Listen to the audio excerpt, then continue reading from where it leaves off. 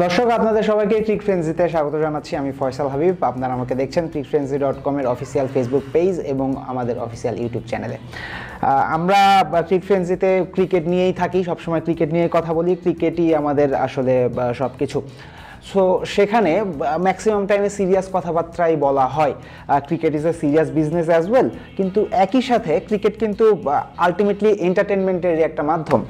আর modern ডেতে entertainment মানে এন্টারটেনমেন্টের আরেকটা অনেক বড় মাধ্যম কিন্তু হলো meme. So what if we merge cricket and meme together? আমি এই ব্যাপারটা নিয়ে খুব ভাবছিলাম যে ক্রিকেট আর মিম এক জায়গায় করে যদি আমরা চিন্তা করি দেখি, তাহলে নিশ্চিতভাবেই এন্টারটেনমেন্টটা আরও বেড়ে যাওয়ার কথা। সো সেখান থেকে চিন্তা করে আমি ভাবলাম যে লেটস ডু আ থিং, আমরা একটা মিম রিভিউ করি। চ্যাম্পিয়ন্স ট্রফির মৌসুমে মানুষ ক্রিকেট নিয়েই থাকবে, তার ক্রিকেটের সাথে যদি ক্রিকেট রিলেটেড মিম আসে নিশ্চিতভাবেই এন্টারটেনমেন্টটা বাড়বে। আর মনে মনে আমি সবসময় মনে একজন অ্যাসপায়ারিং স্ট্যান্ড আপ কমেডিয়ান, মনে বলছি, কারণ এটা সবসময় নিজে ভেবেছি, আলটিমেটলি তেমন কিছু করা হয়নি ফিজিক্যালি। তো সো চিন্তা করে দেখলাম এটা করে দেখা যাক কেমন হয়। যদি ভালো হয়, যদি মানুষ পছন্দ করে, তাহলে it may help me gain more confidence about my stand up comedy thing. যাই হোক, আমরা মিম রিভিউ করব এবং শেষের দিকে আমি আমার কিছু কথাবার্তা বলার চেষ্টা করব, আপনাদের একটু হাসানোর চেষ্টা করব। আশা করি আপনারা সাথে থাকবেন।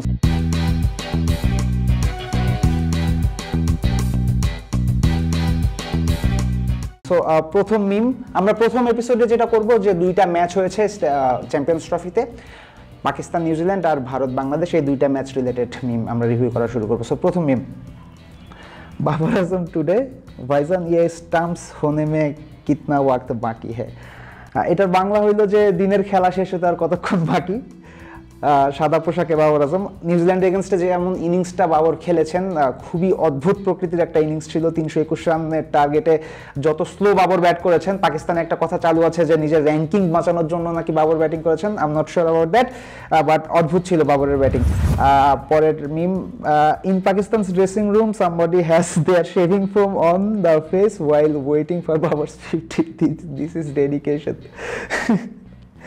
বাবরের 50-র অপেক্ষায় শেভিং ক্রিম মেখে চুপচাপ এক লোক বসেছিল যে 50 না হওয়া পর্যন্ত উঠবো না। এবং ক্রিকেটে এই কুসংস্কারটা কিন্তু আছে।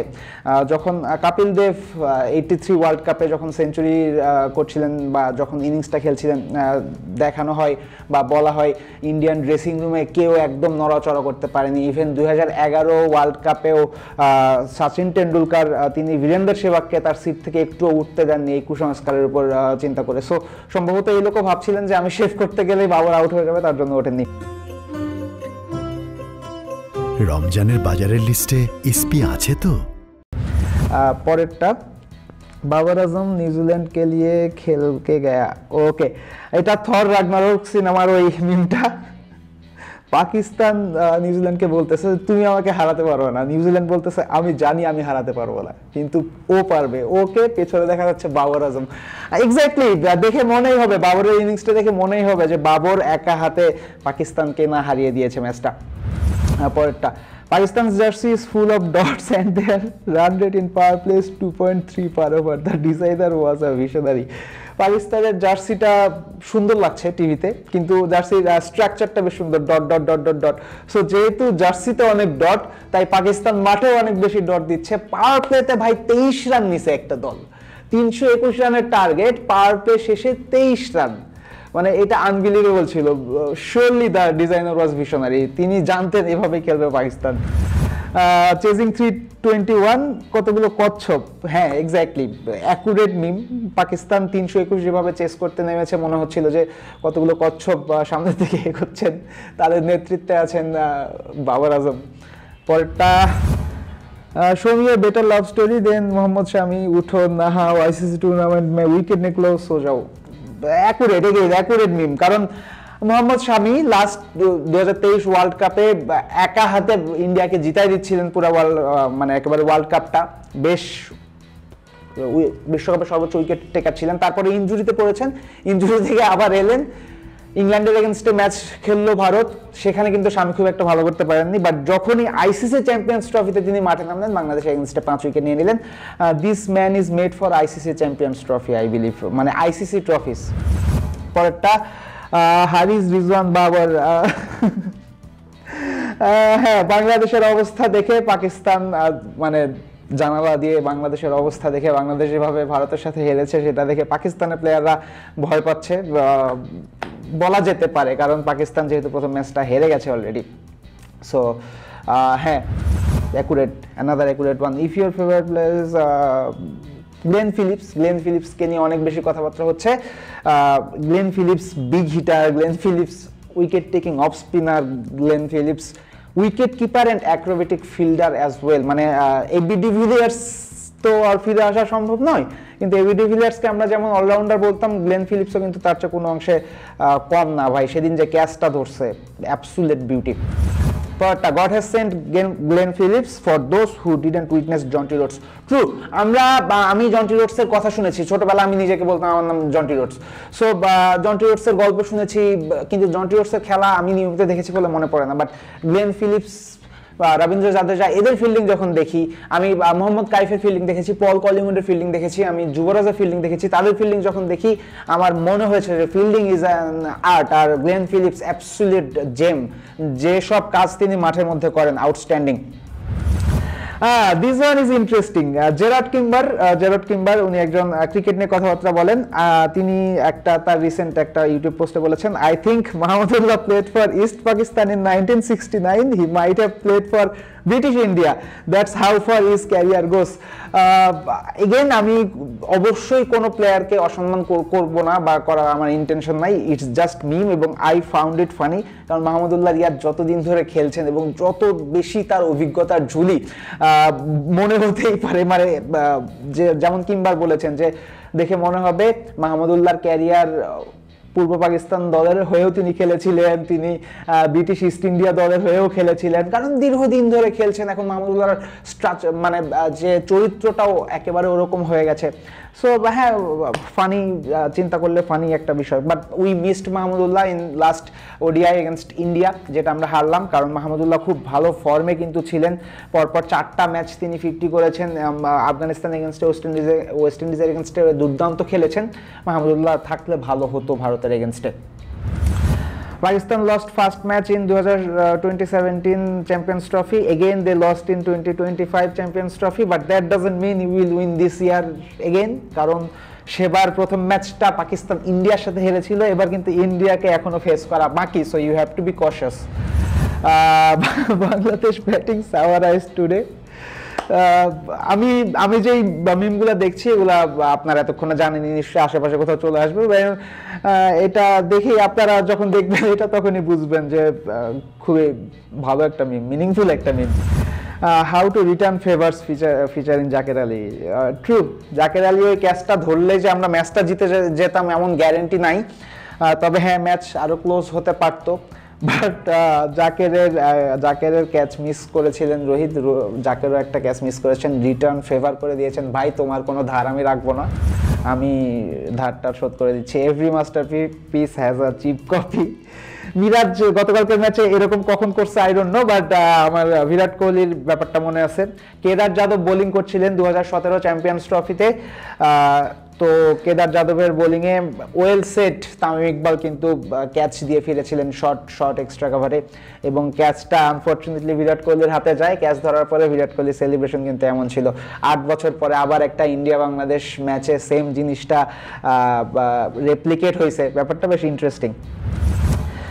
হৃদয় in BPL 25, Hridoy in champions trophy 25 so far, absolute beauty. কারণ হৃদয়ের সাথে কিন্তু এই লাপাতা লেডিস সিনেমার এই নায়কটার নাম আমি ভুলে গেছি আপাতত, তার যে চেহারার স্ট্রাকচারের একটা মিল আছে, এবং মনে হতে পারে যে লাপাতা লেডিসের ওই গরিবটাই এদিকে এসে অনেক ধনী এবং ওয়েল ড্রেসড একটা ছেলে হয়ে গেছে। হৃদয় BPL তার খুব একটা ভালো যায়নি, বাট চ্যাম্পিয়ন্স ট্রফির প্রথম ম্যাচে যে ক্যারেক্টার শো করে সেঞ্চুরিটা হৃদয় করছে, ভাই outstanding century.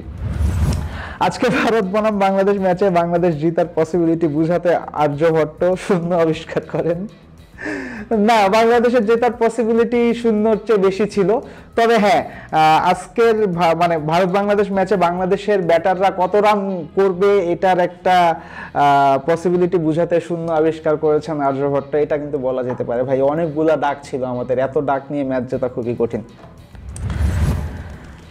Please stop calling me king, I am not a king, I am not there yet. Babar Azam কিছুদিন আগে স্টেটমেন্ট দিয়েছেন এবং he was already warning you all, তার মানে আগেই সাবধান করে দিচ্ছিল, ভাই আমি কিন্তু ম্যাচ ট্যাচ হারাই দিতে পারি, আমাকে তোমরা কিং বলে ডেকো না। After Phillips took that catch in Pakistan, Glenn Phillips catch ধরার পরে পাকিস্তানের মানুষ ফিলিপস কোম্পানির যত জিনিসপত্র আছে পরে বাল্ব টিভি সব ভেঙে ফেলছে, ক্যাপ্টেনের ক্যাচ ধরে ফেলছে, রিজওয়ানের ক্যাচ ধরে ফেলছে। Outstanding catch man, again outstanding catch. Babar Azam scoring half century with 70 plus strike rate while chasing 300 plus total, and the picture is iconic. Mahmudullah Riyad celebration in Wankhede. আমার মনে আছে আমি মাঠে ছিলাম ওই দিন, এবং মাহমুদুল্লাহ রিয়াদের সেলিব্রেশনটা তবুও আন্ডারস্টেবল ছিল। উনি বাদ পড়েছিলেন, তার অনেক কিছু প্রমাণ করার একটা ব্যাপার ছিল, তিনি সেলিব্রেশন করেছেন তবুও এক্সেসিভ হয়েছিল সেই সেলিব্রেশনটা আমার মনে হয়, তবুও সেলিব্রেশন করেছেন মানা যায়। ভাই ড্রেসিং রুম থেকে সবাই দাঁড়ায় দাঁত কেলায় মাথার উপর হাত তুলে হাততালি দিচ্ছিল। I understand you all are happy for Riyadh, but your team is losing. Your team is in a losing streak.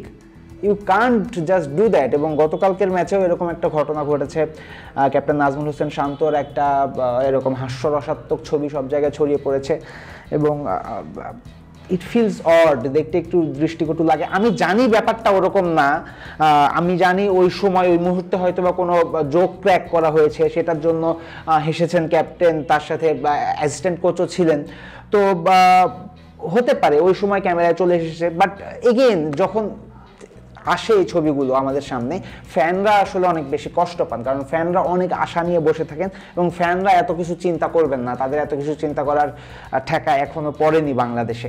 So সব মিলিয়ে ব্যাপারগুলো বেশ দৃষ্টিকটু লাগে।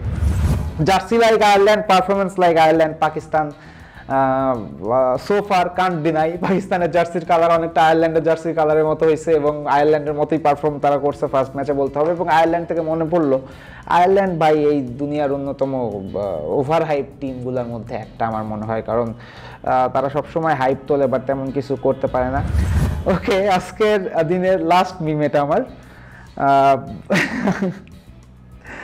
আমি জানি না এইটা পাবলিশ হবে কিনা, বাট পাবলিশ হলেও এগেইন এটা জাস্ট একটা মিম আর কিছুই না। শিবিরকে কেটে দিয়ে নিচে লেখা শিশিরকে দায় দিয়ে দাও। বসে আছেন তামিম ইকবাল এবং নাজমুল হোসেন শান্ত। ভাই শিশিরকে দায় দেওয়ারও উপায় ছিল না গতকালকের ম্যাচে, কারণ সেকেন্ড ইনিংসেও ডিউ তেমন ছিল না, বল ঘুরতেছিল, স্পিনাররা ভালোই করতেছিল, আর স্পিনারদের বল ভালোই ঘুরতেছিল, আমরা অল্প কিছু রান শর্ট করছিলাম, আর সাথে সাথে আমাদের কিন্তু যেটা হয়েছিল সেটা হলো যে আমরা একটা স্পিনার কম নিয়ে খেলতে নামছিলাম, এই কারণে আমরা ম্যাচ হারছি। তামিম দাওয়াত দিয়ে প্লেয়ারদের খাওয়াইছে, এটাও কোনো দোষ ছিল না, আর শিশিরেরও কোনো দোষ ছিল না। সো এই ছিল আমার আজকের মতো মিম। তবে আমার মাথায় কালকে থেকে একটা জিনিস ঘুরতেছে, এটা আমি শেয়ার করবই, সেটা হলো যে অনেক হাইপ নিয়ে, আশা নিয়ে, মানে যতই বলি যে প্রত্যাশা কম, তবুও যখনই খেলতে নামে ইন্ডিয়ার এগেনস্টে তখন আলাদা একটা উত্তেজনা সৃষ্টি হয়। সেই উত্তেজনা, সেই এক্সাইটমেন্ট নিয়ে আমি গতকালকে খেলা দেখতে বসছিলাম। সো তারপরে দেখলাম আমার এক বন্ধু পোস্ট করছে যে সামনে এগিয়ে যাও, দলকে মোটিভেট করে। সেখানে গিয়ে কমেন্ট করলাম যে তোমার দাদাকে 10 ওভার খেলাও। সৌম্য সরকার, যে সৌম্য সরকার যদি 10 ওভার খেলে বাংলাদেশের রান অ্যারাউন্ড 60 হবে, এটা খুবই ভালো, আমাদের এগিয়ে দিবে সামনে। তো তখনই ওই লাস্ট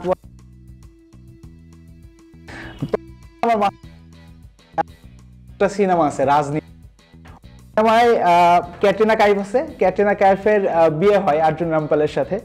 তো বিয়ের একদিন বা দুদিন পরেই অর্জুন রামপালকে খুন করা হয়। তারপরে অর্জুন রামপাল পলিটিশিয়ান ছিলেন, তার জায়গায় ক্যাটরিনা কাইফ তিনি ওই ভোটে দাঁড়ান, এবং প্রথম সমাবেশে গিয়েই ক্যাটরিনা কাইফ বলেন আভি হামারে মেহেন্দি কে রং ভি নেহি সুকে থে, তার মানে আমার মেহেদির রঙও এখনো শুকায়নি, তার আগে আমার জামাইকে তোমরা মেরে ফেললা। আমার ওইটা মনে পড়ছে যে এখনো তো ভাই আমরা ঠিকঠাক মতো খেলাটা দেখতেই বসতে পারলাম না, এর আগেই সৌম্য সরকার আউট হয়ে গেল। ব্যাপারটা একটু কষ্টের ছিল। আরো একটা ব্যাপার কষ্টের ছিল, যখন মানে এই সেম গানটা, সেম ব্যাপারটা আজ থেকে 17 বা 18 বছর আগে ইন্ডিয়ানদের মাথায়ও ঘুরছিল। কারণ 2007 বিশ্বকাপে ইন্ডিয়া যখন খেলতে গেছিল ওয়েস্ট ইন্ডিজে, তাদের ম্যাচ ছিল বাংলাদেশের এগেনস্টে, এবং ম্যাচ শুরু হতে না হতেই মাশরাফি বিন মুর্তজা তিনি ইন্ডিয়ান টপ অর্ডারকে প্রায় গুড়িয়ে দিয়েছিলেন। বীরেন্দ্র সেহবাগ তিনি কাট করতে গিয়ে বোল্ড হয়ে গেছিলেন, এবং তার বোল্ডটা নিয়ে তখনই তিনি বেশ ট্রমাটাইজড ছিলেন। এবং আমি নিশ্চিত যে ওই দিন ইন্ডিয়ার শুরুতেই এই ছন্নছাড়া অবস্থা দেখে ইন্ডিয়ার মানুষজনের মাথায় আসছিল যে আভি হামারা মেহেন্দি কা রং ভি নেহি সুখা থা। আরো একটা ব্যাপার যেটা নিশ্চিত সেটা হলো যে বীরেন্দ্র সেহবাগ ওই দিন যে ট্রমাটা পেয়েছিলেন, সেই ট্রমাটা থেকে নিশ্চিতভাবেই তিনি এখনো পর্যন্ত বের হতে পারেননি। কারণ আমার মনে হয় যে, এবং আমি নিশ্চিত আমি এমন শুনেছি বীরেন্দ্র সেহবাগের কোনো না কোনো ইন্টারভিউতে, যে 2007-এ যে দলটা ছিল সেই দলটা 2011-র দলটার চাইতেও বেশি শক্তিশালী ছিল। এই দলটাতে কে না ছিল? সৌরভ গাঙ্গুলি, ভিভিএস লক্ষ্মণ, ইউবরাজ, ধোনি, তারপরে টেন্ডুলকার, সবাই ছিল। সো দ্রাবিড় ছিল, রাহুল দ্রাবিড় ছিল। সো এই দলটা নিয়ে তাদের উচ্চাসা আরো বেশি ছিল। এই দলটা যখন বাংলাদেশের কাছে হারলো, তারপরে শ্রীলঙ্কার কাছে হারলো, হেরে বিশ্বকাপের প্রথম পর্ব থেকে বাদ চলে গেল, আমি নিশ্চিত এখনো পর্যন্ত বীরেন্দ্র সেহবাগ ওইটা মানতে পারেন না। তিনি মানতে পারেন না বাংলাদেশের মতো একটা দল ইন্ডিয়াকে, তার এমন মানে পরাক্রমশালী দলটাকে কিভাবে হারিয়ে দিয়েছে। তার জন্যই এখনো পর্যন্ত যখন যেভাবে সুযোগ পান, বীরেন্দ্র সেহবাগ কিন্তু বাংলাদেশকে ব্যাশ করে, বাংলাদেশকে ছোট করে, তাচ্ছিল্য করে কথা তিনি বলতে থাকেন, এখনো পর্যন্ত বলেন, আমি আজকেও দেখেছি। সো উনি কি বলবেন তার মুখে তো আমি হাত দিতে পারবো না, তবে তার মুখ যদি কেউ বন্ধ করতে পারে সেটা বন্ধ করতে পারবে বাংলাদেশ দল। প্রথম ম্যাচটা ভারতের কাছে হারার পর এখন বাংলাদেশ দল পাকিস্তানে যাবে, সেখানে গিয়ে পাকিস্তান এবং নিউজিল্যান্ডের বিপক্ষে বাংলাদেশ দল খেলবে, এবং পরের ম্যাচে যদি মাহমুদুল্লাহ রিয়াদ ফিট হয়ে যায় সেক্ষেত্রে একটা বড় ঝামেলায় পড়বে দল। তখন বাদ দিবে কাকে ব্যাটিং অর্ডার থেকে? মুশফিকুর রহিমকে বাদ দিতে হবে না তো? গতকালকে আমি এখানে বসেই মাজহারউদ্দিন অমি ভাইয়ের সাথে কথা বলছিলাম, অমি ভাই বলছিল যে হ্যাঁ, যদি দরকার পড়ে বাদ দিতে হবে, আর এটা বাদ দিলে লাইক ফর লাইক চেঞ্জ হবে, মুশফিকের বদলে মাহমুদুল্লাহ একই রকম চেঞ্জ হবে। অমি ভাই এটা খেলার পার্সপেক্টিভ থেকেই বলছে, কিন্তু আমার মাথায় ধাপ করে চলে আসছে যে হ্যাঁ, লাইক ফর লাইক, এক সিনিয়রের বদলে আরেক সিনিয়র, একই ফ্যামিলির একজনের বদলে আরেকজন। এটা এগেইন জাস্ট ফর ফান, আমি একটু ফান ক্রিয়েট করার চেষ্টা করছি, কারণ ম্যাচ হারার পরে বাংলাদেশ দলের সমর্থকদের নিশ্চয়ই ভালো কোনো অবস্থা নাই। যাই হোক, যেমন হয় একাদশ, সেরা একাদশ সেটাই চুজ করেন। বাট ভাই, হাত জোর করে বলতেছি, মাহমুদুল্লাহ রিয়াদকে ঢোকাতে এবং সব ব্যাটারকে অ্যাকোমোডেট করতে একটা বোলার বাদ দিয়ে দিয়েন না প্লিজ। 4টা বোলার নিয়ে খেলতে নামার ভুল প্লিজ করেন না, কারণ পাকিস্তানে কিন্তু ভাই পুরা পাটা ব্যাটিং পিচ থাকবে, এখানে পারলে 6টা বোলিং অপশন লাগবে। বাংলাদেশের 6 নম্বর বোলিং অপশনটা কিন্তু নাই। মাহমুদুল্লাহ রিয়াদকে তার জন্যই আনাটা জরুরি, কিন্তু একটা বোলার কমায় দিয়েন না প্লিজ, তাহলে কিন্তু একেবারে হাটে হাড়ি ভেঙে যাবে, আমাদের দুর্বলতা এক্সপোজ হয়ে যাবে, আমরা চ্যাম্পিয়ন্স ট্রফির জার্নি সেখানেই কিন্তু শেষ হয়ে যাবে। আমিও আমার এখনকার জার্নি এখানে শেষ করছি। যদি আপনাদের এই জিনিসটা ভালো লাগে তাহলে অবশ্যই জানাবেন। আপনাদের যদি আমি সাপোর্ট পাই তাহলে কন্টিনিউ করব। প্রথম দিন আমি সোশ্যাল মিডিয়ার বিভিন্ন জায়গা থেকে মিম কালেক্ট করেছি, তবে যদি এটা কন্টিনিউ করি আর আপনারা যদি মিম পাঠাতে চান তাহলে আমি আপনাদের মিম ক্রেডিট দিয়ে ইউজ করব আমাদের এই শোতে, এবং যেখানে যেভাবে মেইল পাঠাতে হবে সেটা আমরা কমেন্ট সেকশনে দিয়ে দেবো। আমি একটা মেইল অ্যাকাউন্ট দেওয়ার চেষ্টা করব, সেখানে আপনারা মিম পাঠাতে পারবেন যদি আগ্রহী হন। সবাই ভালো থাকবেন, সুস্থ থাকবেন, ক্রিক ফ্রেন্ডসের সাথেই থাকবেন।